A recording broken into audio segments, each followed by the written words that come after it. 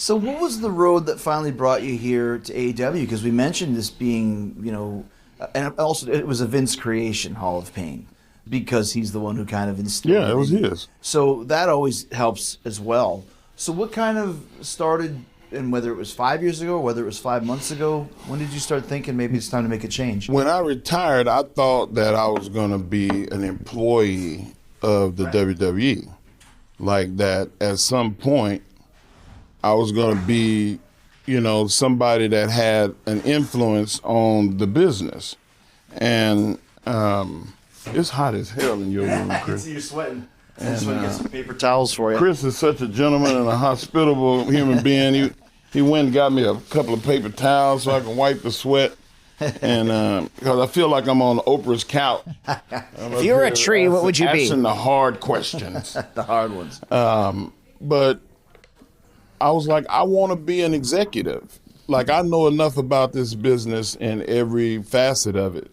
And there were people that were in jobs in talent development and people that were in jobs in talent relations and people in jobs in corporate that I knew the business better than them, and I had a way of, fostering relationships. That's been the number one thing that I've been able to accomplish in my life more than anything else, is I foster good relationships with people, and people realize that I'm not a screw up, that I'm going to do stuff that's going to be well thought out, and that is going to benefit kids, because that's where my heart is I want kids to have experiences. And the WWE was just not, they were not at a place where they wanted to hire me for that. And I asked, I wrote it up. I spent months on, putting together a 2-year plan of events. I was like, what else can I do? I was like, I just had to call and say, hey man, like I'm going to start looking for work because, I know what I can do well, and I don't feel like I'm valued in that capacity. And when I got the no, it didn't come from Vince or it didn't come from Brad Blum. It came from Johnny, who was an employee. It's not his place to tell me no. Like, if the duties got delegated to somebody that is not their job to tell me, then it's over. You got to know when the door has been closed. Yeah. It's like people in, I got a buddy of mine, man, bless his heart. He going through a divorce, and he had all the signs 5 years ago, but he just wouldn't leave. He just wouldn't. It wasn't him, it was her. And that's how I feel. It felt like a divorce, man. It was painful. Like, I love people over there. Like, man, just the thought of not seeing people like Chimmel and, and Sean Selman in the production office, like, it hurt me. Them people like family to me. Yeah. And, not to mention, people in the office and the talent. Like, they like our brothers. Yeah. And, but if I can't work there, I got 2 kids. They go to private school. Costs a lot of money. I gotta stay I'm only 50. I can't get my retirement and tax shelter annuities till I'm 53. So I have to work until at least until I'm 53 before I can get my money. Chris, I want my cheese. But I feel a lot of joy in talking to Darby Allin and talking to Hobbs and mentoring them guys and Dante and like all these people that have come up to me. They came to me and was like, man, just tell me what you see.